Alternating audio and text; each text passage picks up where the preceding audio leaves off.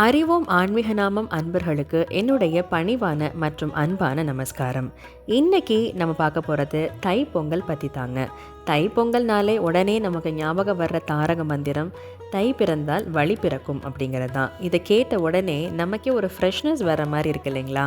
கடந்த ஆண்டு நம்ம லைஃப்பில் என்னெல்லாம் பேக்லாக்ஸ் இருந்ததோ எல்லாமே இந்த வருஷம் நமக்கு 1 by 1 நடக்க போகுது அப்படிங்கிற நம்பிக்கை பிறக்கிற மாதிரி இருக்குது. நம்மளுடைய வாழ்க்கையில் வெளிச்சமும் தெளிவு பிறப்பதை உணர்த்தும் விழா தான் பொங்கல் திருவிழா.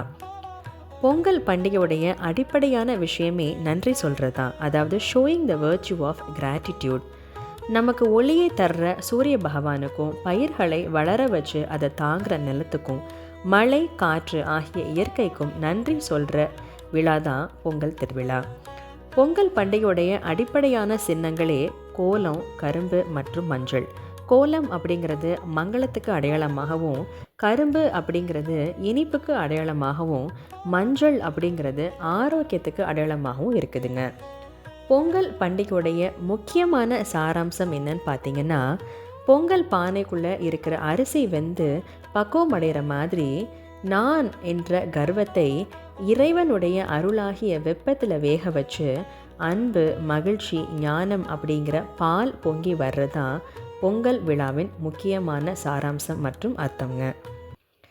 அனைவரும் தைப்பொங்கல் திருவிழாவை ரொம்ப சந்தோஷமாக கொண்டாடுங்க.